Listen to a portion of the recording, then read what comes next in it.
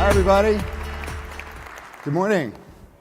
So good to be with you this morning. Everywhere I go, I run into people who are interested in making a little more peace in their own world, to create a bit more harmony among the different parts of their lives, and to help other people to do the same. And that is what I want to focus on with you this morning. This approach that I want to share with you and bring to life in your world, so this is not going to be just me talking at you.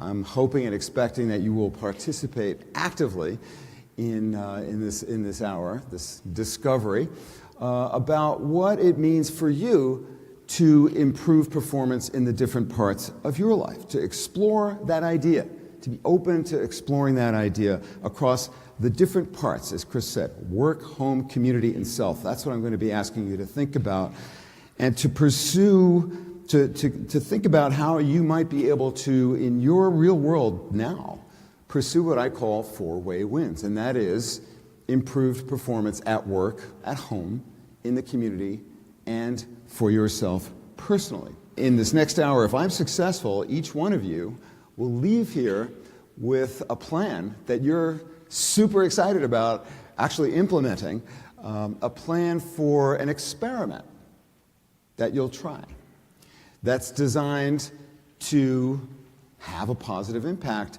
in all the different parts of your life, and thereby train yourself, or at least to be open to exploring further what it means for you to discover four-way wins wherever you go.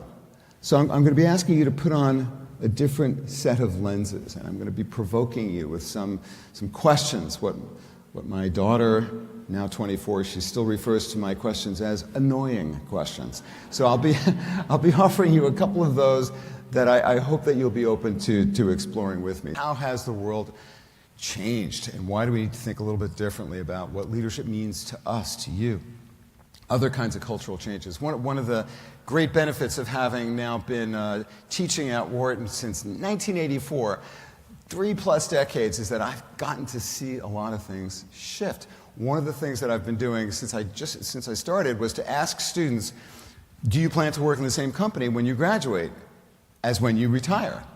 Stay with the same company your whole career. So in the mid-'80s, I started asking this question of our MBA students. What percentage of Wharton MBA students do you think said, yes, that is my plan? 70%. 70%. And when I asked that question recently to a group of 70 fresh-faced, just starting our program, the core leadership course, all right, folks, how many of you plan to work in the same company your whole career? Out of those 70 people, how many hands do you think went up? There were two. There were two, and they were both heirs to major fortunes. Right. So their plan was, I'm just going to watch Daddy, on the ladder until he falls off, and then we'll see how that works out. All kinds of cultural changes. Changes, of course, the digital age has radically altered human communication, and sorry, excuse me. Wait. Sorry. Oh, sorry. Wait. What? Well, so how did you feel when I did that just now? I'm ignoring you. Yeah, but I'm here talking, sort of. So I ignored you. So how did you feel? What was your emotional reaction to my doing that? You knew it was a joke, I hope. It was just a demonstration. But what was your feeling when I did that? Disrespected. Now, I know it's normal, but still, if I'm here, I'm not here. I'm not paying attention. I'm not with you, psychologically. This is really important, of course. Many of you are thinking about this a lot, I'm sure. We're going to spend some of our time focused on this issue of attention, which I would suggest is your most precious asset as a leader. To what do you devote your attention? That's a choice you're making all the time. And it's harder now because the world's needs are pulling for your attention right here, right next to my heart, pulsing all the time. How do you stop that? How do you attend to the people who need you when they need you in a way that they can see and feel that you love them and care for them and that you want to pay attention to them? That's a big issue that we're just figuring out because it's just starting. This globalization is another incredibly important factor in shaping the leadership landscape. The fractiousness of divisions among the tribes of the world causing all kinds of conflict. We could go on. We're not going to. I simply want to assert here at the start that we can't think about leadership in the business context as about work only. It's got to be about your life. Let's just say, for the sake of our work together here, very briefly here, what I'm going to be doing is doing sort of the Cliff Notes version of my course. In the Cliff Notes, we've got this one thing that I want to ask you to do, and that is just to think about these 4 domains: work, home, community, and self. Now, I know that they are interweaving and overlapping. That's kind of the idea, is to think about their interconnections. That's what I'm hoping you're going to see after our time together this morning, is new ways in which the different parts weave together and affect each other. What I'm asking you to do now is to take a snapshot. So think about your work, career, maybe you're in school, that part of your life, your home or family, whatever that is to you. And if I were to ask these 6 people to define the word family, I'd probably get a different definition from each one of them. So whatever it is, your community, that's your role as a citizen, your friends, neighbors, social groups, religious groups, everything beyond work and family. And then there is the domain of your private self, your mind, body, spirit. So let's just imagine, for the sake of our exploration here, that these are 4 distinct domains or parts of your life. And think about, in the first column, take 100 points and allocate them according to how important each domain is to you right now. Totaling 100. How important? Not where you focus your attention or spend your time, just how important is your work to you, your home, your community, your private self. Just write those numbers down. Now, if your boss is sitting next to you, it's 100, 0, 0, 0.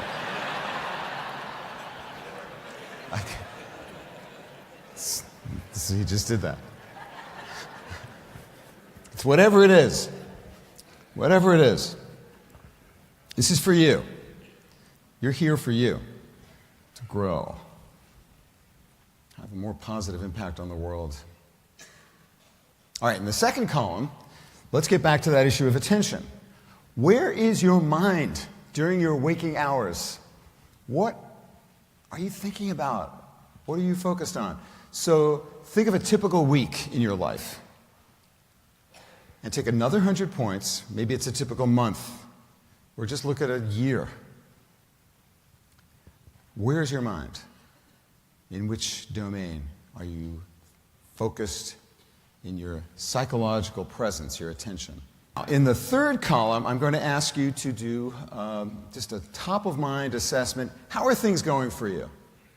Your sense of satisfaction or well-being. Very subjective. How do you feel about how things are going for you in your work, in your home, in your community, and for yourself privately? On a scale of 1, I am not at all satisfied, things are bad, or 10, I am completely satisfied, could not be better. All right. Finally, this gets a little tricky, and it foreshadows where we're going to be spending a little bit more time in just a bit. I want you to think about who the most important people are in the different parts of your life, at work, at home, and in the community. Who are those people? And how are you doing in meeting their expectations for you, their needs for you? How well do you think you're doing in meeting their expectations? On a scale of 1, poor, to 10, Excellent. So on average, at work, you probably know this, how well are you doing in meeting the expectations of the most important people? And now imagine I have that same conversation with the 4 or 5 people who matter most to you and your family.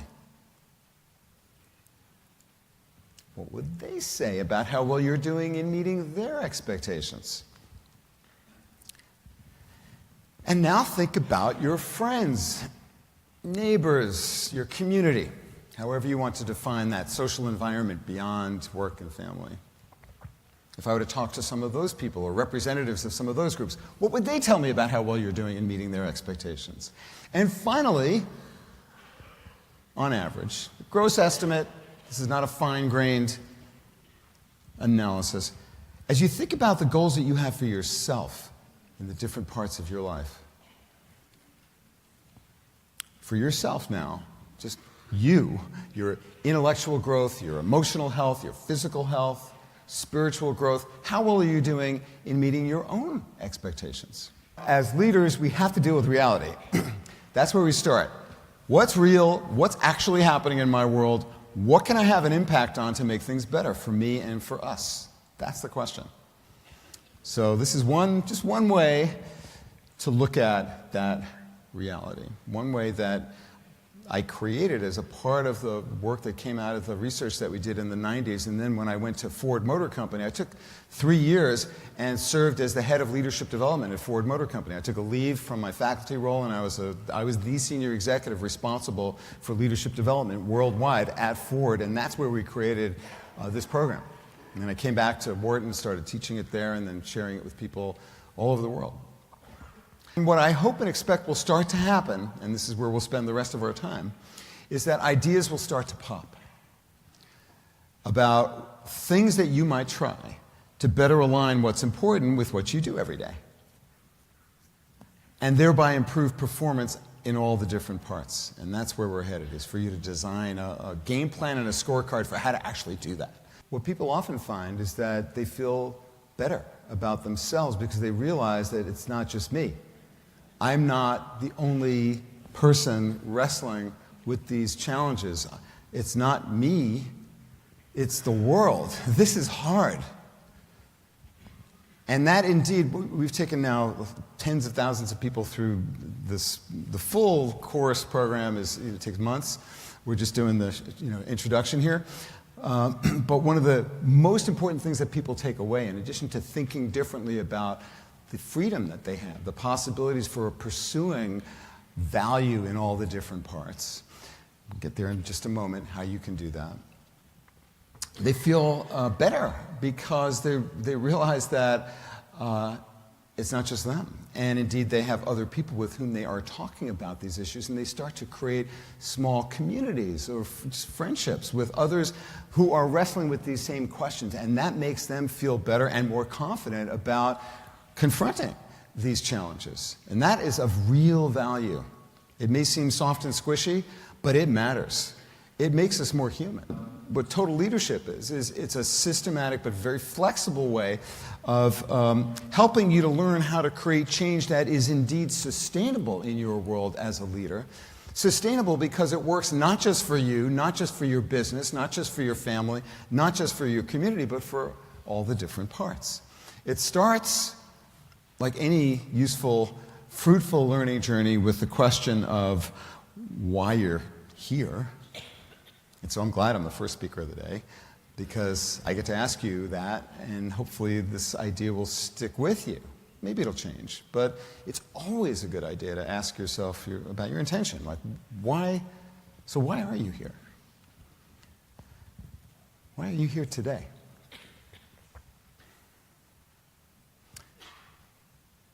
Anything new that you start, it's always a useful idea, and I certainly do this in all the courses and workshops that I do, is what are you doing here? And have some occasion to be talking about that. I'm not going to ask you to speak about that, I'll just ask you to have that in your mind. And then we get into the 3 principles. Be real, be whole, be innovative. So when we studied the people who are really good at this, in our research that began in the 90s and continues to this day, what we found is that at all levels, the people who are good at this, they do 3 things. In different ways, in each in their own style, but they adhere to these principles of being real, acting with authenticity by clarifying what matters most to them, their values, their vision, which is what we've done one of the exercises for just now. There's a lot of different ways of getting at this. You've probably heard some others yesterday, and we'll hear some more today. But that is essential. What matters most to you?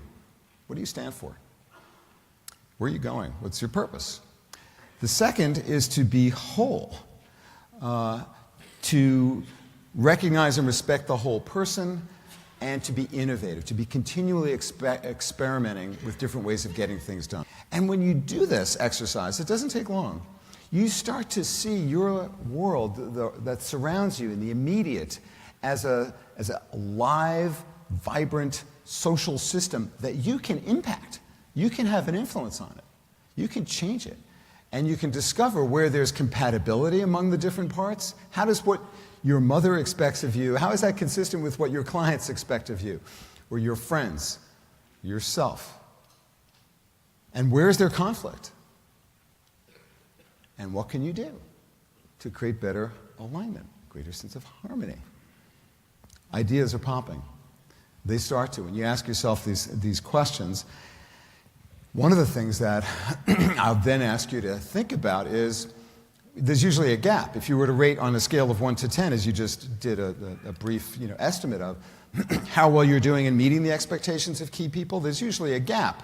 It's usually not at 10. If I meet hers 10, she meets mine 10, well then we're going to be happy for a long time if we can keep that going. But usually there's a gap. And so the interesting question that starts to get you thinking more about weaving the different parts together is this one. Can you change something in another part of your life that would help you close the gap in this one? What do I mean by that? Can you change something at work that's going to make you a better mother, sister, friend? Can you change something in your personal life that would make you a better boss, a better client service leader, a better member of your community? These start to be really fun and interesting questions as you generate ideas for innovation. Can you imagine doing one thing that would have a positive impact on all 4 domains? So, for example, let's say your company sponsors the Race for the Cure, breast cancer research, and you decide to train for that with your kids to raise money for your company's support of this community cause. So you can see how that hits all 4. Just a couple months ago, someone said, you know that 4 circles? Those would look good on a Frisbee. So we made it. This is the Total Leadership Frisbee. And fresh off the press, I thought I would bring one. Any of you play Ultimate Frisbee? Okay, if you're in the orchestra and you want this Frisbee that I will sign for you, you go to the app, and it says Slido or Slideco, and just say Frisbee and put your name in there, and before I'm done talking, somebody's going to come out and say, this is the person you need to give it to, and I'm going to put your name here, and I'm going to sign it Spread the Love, which was our motto because the original team name was Baba Ganoush. Spread the love, get it? And I'm going to toss it to you. So if you want that Frisbee, you got to do that now. Now it's time for you to think of an idea for an experiment. I hope you will do this. I'm inviting you to think along with me. What are the different kinds of experiments? You can read the descriptions there. I'll just give you a quick overview. Tracking and reflecting. So some people decide, I'm going to keep a log or a diary or a journal or a gratitude journal. Planning and organizing. Using your calendar to include not just your work calendar, but your life. They do this at Google now. It's standard there, as I understand it, where you include non-work activities on your calendar and people can see it. I mean, probably not everything that you do, but whatever you're willing to share. One person did an experiment recently where he decided to meet with his family. He had 4 kids living at home, and he decided to meet with them, try to corral them for 15 minutes over the weekend sometime. What are you doing this week that you need help with, that matters to you, that we can help you with? And he did that for a month. Just went around the circle. It had a profound impact on his life, just doing that. Rejuvenating and restoring is the most common type of experiment, and that's what I described earlier. You're taking care of yourself. You decide to do yoga or exercise or some new diet or something, but it's not just to lose weight so you can fit in your clothes better. It's so that you can be there for your family, so that you can be more energetic and more focused at work and produce better value for your colleagues and your clients. It's about not just you. And that's what helps to make it stick, because you're doing this for them, not just you. That's what all of this is about. And that's why it's about leadership. Appreciating and caring, doing something to just demonstrate love in your world. And maybe it's bringing people at your work together to do some sort of community service initiative or something along those lines. Okay, I have a winner. Where's Meg Whelan? Meg, where are you? Where? Where are you, Meg? You're in the balcony? There's no way I can do this. All right. Do we have insurance? Wait. Meg, for real? There's no way. So if this falls, you have to get it to Meg, okay? Okay, you're not going to laugh at me if this doesn't work. This is not like Rafa Nadal at the Open. Okay, you ready, Meg?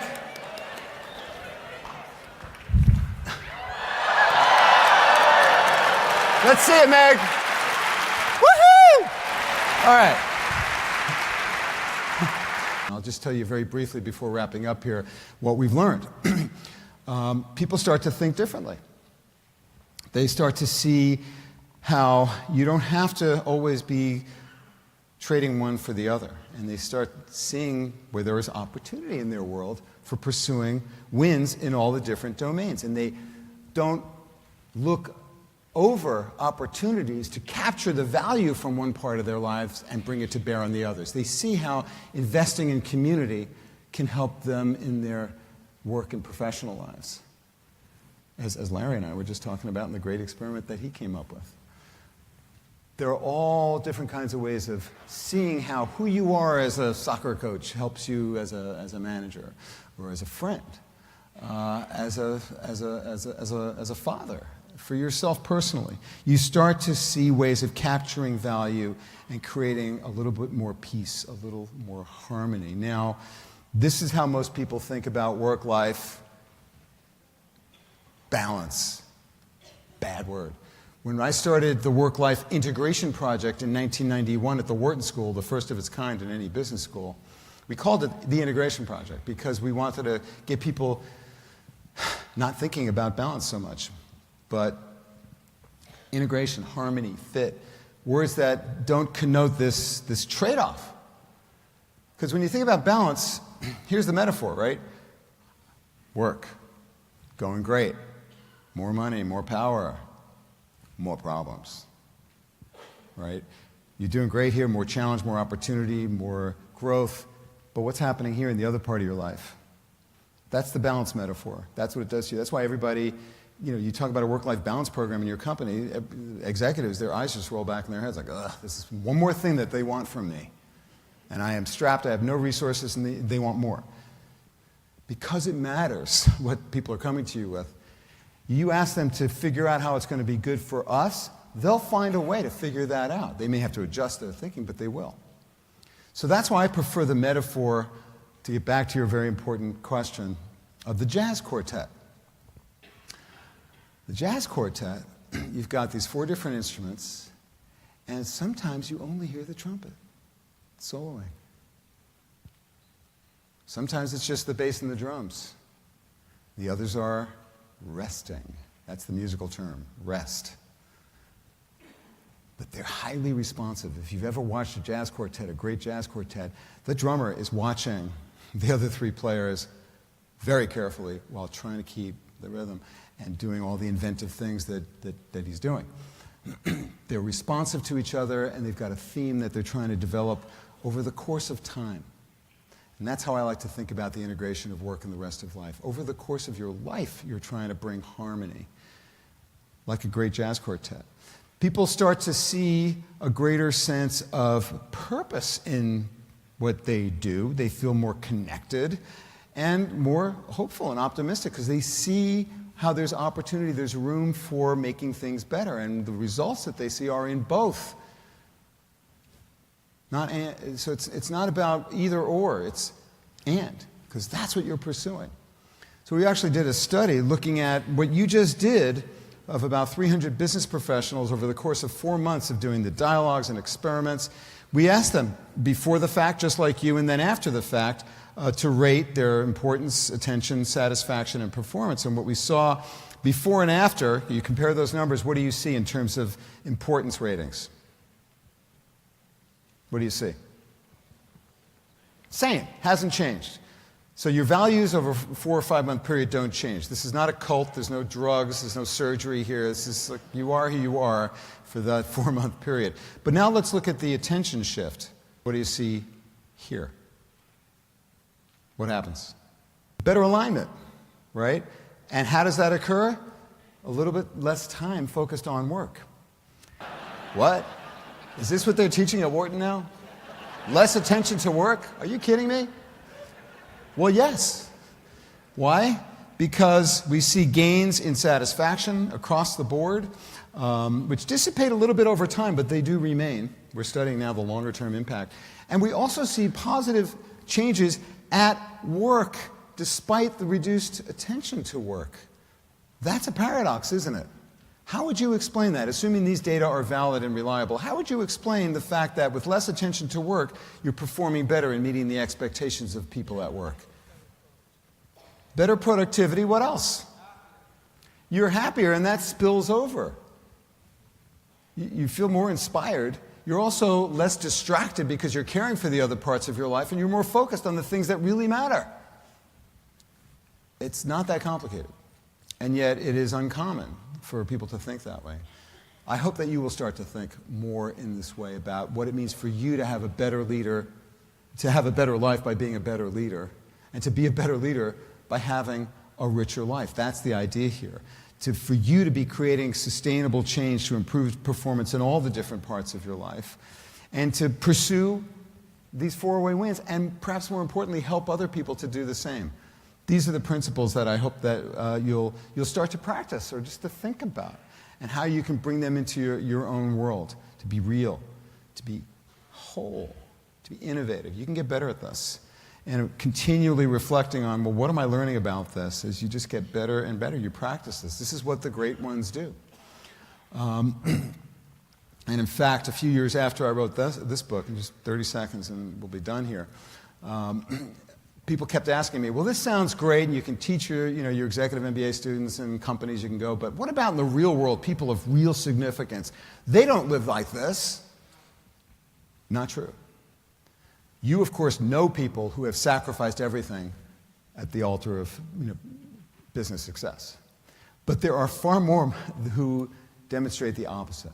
And so I did a study of hundreds and hundreds of them and chose these 6 people, some of whom you will recognize, some of whom you won't, and wrote about them in a book called Leading the Life You Want, where I wrote these profiles, original profiles of these 6 people, to show how they use these principles and skills in their own lives. And what they demonstrate is that significant achievement in the world comes from taking what is unique to you and bringing it to the world in a way that helps other people. That's what frees you to lead the life you want. And that accomplishment in career comes not by sacrificing, not at the expense of the rest of your life, but because of the commitments that you make to the people and projects, the things that matter most to you in all the different parts of your life. That's what gives you strength. That's what gives you the will to persist in the face of adversity and resistance and all the haters.